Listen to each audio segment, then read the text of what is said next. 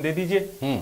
देखिए क्या होता है, बिना मांगा हुआ गिफ्ट होता है। एक चीज जरूर बोलूंगा, बिना मांगा हुआ गिफ्ट होता है ना कि देखिए अब बोलो आधा लोगे पूरा लोगे, ये थोड़ी बात होगी। जो मांगा ही नहीं वो देना लेना किस लिए है? ठीक है मनीष तो ये बिना मांगा हुआ गिफ्ट है। दोनों बातें जो आप देखेंगे जयप्रकाश जी, एमएसपी का गारंटी कानून दे सकते हैं, एमएसपी का गारंटी कानून दे सकते हैं। मैं एक बात बाजरा देने जा रहा था, बीजेपी को हमेशा एक बात 800 रुपए का काम हुआ, एमएसपी गारंटी कानून में क्या आपत्ति है? 2100 रुपए में बेच दिया। नहीं मैं एक बात बना रहा हूं, देखिए कभी नहीं आते। मुझे हमेशा इस बात में लगता है कि इस बात में क्यों नहीं आया जाता है। को इन्होंने तमाशा बनाया। मैं वापस आ जाऊंगा आपके पास। सीबी यादव साहब सुन लीजिए एक मिनट। हाँ बोलिए मनीष पारिक संक्षेप में। तमाशा बना है इसीलिए बना है कि वो कोई सैंटिटी वाला आदमी सोच ही नहीं रहा, जब पहले ही शर्त लेके बैठे हैं। आपने बिल्कुल सही बात कही, मेरी बात कह दी है।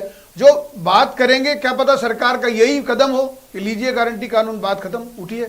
मैं ये कहना चाहता हूँ कि ये तो सरकार के पास में जाएंगे। मनीष पारिक साहब आंदोलनकारी तो यही रहेंगे ना, इसी देश के रहने वाले हैं, इसी देश की जनता, इसी देश के नागरिक हैं। उनको कभी आप कहते हैं कि ये तो खालिस्तानी है, कभी आप उनको मवाली कहते हैं, कभी आप कहते हैं कि इनकी सैंक्टिटी नहीं है। तो सैंक्टिटी की पहले पात्रता कैसे डिसाइड करेंगे? बाधा इसलिए है अगर चर्चा में साल भर में आप नहीं पाए कि इन किसान कानूनों के फायदे क्या है। आज एक साल सुनिए एक मिनट सीबी यादव साहब, एक साल बाद आपको आपका जो पुराना ढर्रा चल रहा था स्टॉक लिमिट का वो इस्तेमाल करना पड़ गया। आप कहते हैं कि इसको हम खत्म करेंगे तीसरे कानून। मैं यही तो निवेदन कर रहा हूँ। तो फिर आप ये समझा क्यों नहीं पाए इनको एक साल में? तो जेन्युइन है, ये तो जाहिर है ना कि हम कोई पत्थर के बने नहीं हैं, ये जैसा कह रहे हैं कि ये तो हुक्मरान हो गए हैं। चलिए अब एक सवाल का कभी जवाब नहीं मिला, वो सवाल पूछ रहे हैं। एमएसपी गारंटी कानून होना चाहिए या नहीं होना चाहिए, बस जवाब दे दीजिए आप। तो वही देंगे, होना चाहिए नहीं होना करोगे आप। क्या मैं तो ये कह रहा हूं गलत मांग है, जैसे ये भी वही बात करते हैं जो रिपोर्ट। ठीक है, मैं शर्मा जी आपके पास जा रहा हूँ। एमएसपी शर्मा जी आपके पास जा रहा हूँ। कहाँ मिल रही है, किस जगह मिल रही है? जवाब दे दो। कोई एक मिनट एमएसपी का कानून अपने उसमें कौन लाया? क्या C2 प्लस 50% के वो?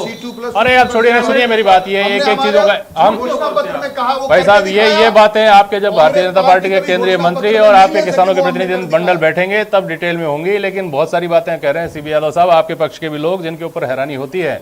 जैसा कि आपने कहा कि स्वतंत्र भारत के इतिहास का सबसे लंबा चलने वाला शांतिपूर्ण आंदोलन है, तो जैसी शांति आपने, सुनिए एक मिनट, अरे मनीष सुनिए ना, जैसी शांति आपने दिल्ली में दिखाई थी वैसे ही आप लखनऊ में दिखाएंगे क्या 5 सितंबर को?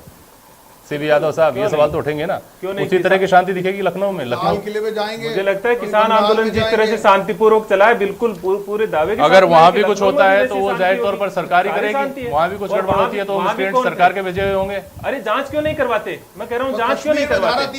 जांच करवाए ना आप। दिल्ली में जो घटना हुई, जांच क्यों नहीं करवाते? एजेंसी इनके पास है, सत्ता इनके पास है। महेश शर्मा जी दीजिए ना। महेश शर्मा जी एक महत्वपूर्ण बात ये है, देखिए बात इन्हीं के तो समर्थक थे। गिरिराज जी आपके पास आ जाऊंगा, रुकिए। महेश शर्मा जी, सबसे महत्वपूर्ण बात यह है जिसका कोई मतलब निकलता है, वो बात यह है कि सदन में चर्चा, संसद में चर्चा इसको लेकर क्यों नहीं हो रही? क्या सरकार नहीं चाहती, क्या विपक्ष नहीं चाहता? आपको क्या लगता है? देखिए दोनों ही पक्ष अपने आप में अड़े हुए हैं। सरकार उनसे बात तो करना चाहती है लेकिन इस शर्त के साथ करना चाहती है कि ये तीनों कानून वापस नहीं होंगे। तो फिर वो बहस का मुद्दा क्या बनता है? लोकतंत्र में हमेशा बहस और संवाद और ये आंदोलन, ये तीनों ही जरूरी चीज़ें हैं और ये एक इसका पार्ट है। इसको ये स्वीकार करना चाहिए। कोई भी अगर सत्तारूढ़ दल अगर किसी बात सुनने की बजाय, आंदोलनकारियों से बात करने की बजाय अगर एक ही रवैया अपनाता है तो वो भी ठीक नहीं है। लोकतंत्र के लिए ये दोनों चीज़ें बात है। साथ ही जो आंदोलन कर रहे हैं उन लोगों को भी ये चाहिए कि जो पुरानी व्यवस्थाएं हैं समय के हिसाब से उसको बदलाव भी जरूरी है। अगर कोई आ रहा ये जो नया कानून लाया गया तो उसको सुधारों के रूप में भी देखना चाहिए। अब सवाल ये कि दोनों आपस में बात करें, विचार करें, एक दूसरे के पूर्वाग्रहों पर डटे नहीं रहे हैं। और दूसरा ये भी साफ है कि आने वाले दिनों में पंजाब और जो उत्तर प्रदेश में चुनाव भी हो रहे हैं, तो कहीं ना कहीं हम इसका राजनीतिकरण, आंदोलन का राजनीतिकरण भी नहीं होना चाहिए। और दूसरा सरकार को अपना हट का जो प्रवृत्ति है उससे भी मतलब क्या होता है ना, उस पर अड़े नहीं रहना चाहिए। इस पर बातचीत होना चाहिए। लंबा आंदोलन चल रहा है, आंदोलन जायज है, एक लोकतंत्र का हथियार है, इसे इस्तेमाल कर रहे हैं, उसमें कोई दो राय नहीं है। और बहस भी होनी चाहिए, चर्चा भी होनी चाहिए। ठीक है, अब सीबी यादव साहब, अब इस बात से जोड़कर मुझे बता दीजिए कि उत्तर प्रदेश में जब बंगाल में चुनाव होते हैं तो बंगाल पहुंच जाते हैं राकेश टिकैत। अब उत्तर प्रदेश में चुनाव होने वाले हैं तो उससे पहले वो करें कि अब लखनऊ का घेराव करेंगे, लखनऊ को दिल्ली बना देंगे।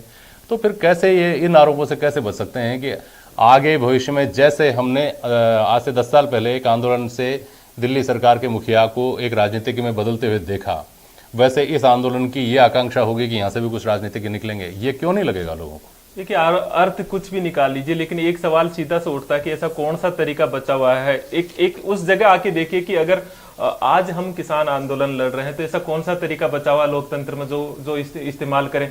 जब बातचीत नहीं कर रहे तो लोकतांत्रिक तरीके जितने भी होंगे, चाहे वो चुनाव का तरीका हो, चाहे दबाव के अन्य तरीके हो, कोई भी आंदोलन के रणनीतिकार उसको इस्तेमाल करते हैं और उसी तरह से संयुक्त किसान मोर्चा उसको इस्तेमाल कर रहा है। आप दिल्ली की बात कर रहे हैं, दिल्ली में देखिए कम से कम 20 लाख लोग थे, उन पे किसी का ध्यान नहीं गया कि कितनी शांतिपूर्वक लगभग 5 लाख समय हो गया। देखिए, आपकी बात से निश्चित तौर पर सहमत हुआ जाना चाहिए। लोकतांत्रिक जो तरीके हैं उन लोकतांत्रिक तरीकों का इस्तेमाल तो आदमी और जनसमूह करेगा ही करेगा अपनी मांग मनवाने के लिए। हिंदुस्तान में हमारे यहाँ प्रजातंत्र है, लेकिन इसको बहुत बारीकी से देखना पड़ेगा कि जो तरीका हम इस्तेमाल कर रहे हैं वो प्रजातांत्रिक लोकतांत्रिक है कि नहीं है। बहुत सारी चीज़ें आपस में गड्ढमड्ढ हो जाया करती हैं। सीपी यादव साहब, आप भी जानते हैं, दिल्ली का रास्ता या लखनऊ का रास्ता तय करने के लिए अगर रास्ते बंद कर दिए जाएं शहरों के, वो तो लोकतांत्रिक तरीके में किसी भी हालत में नहीं आता, जिसमें आम आदमी को तकलीफ होती है। बहुत शुक्रिया आप सभी का प्राइम डिबेट में शामिल होने के लिए। आज के लिए बस इतना ही। नमस्कार।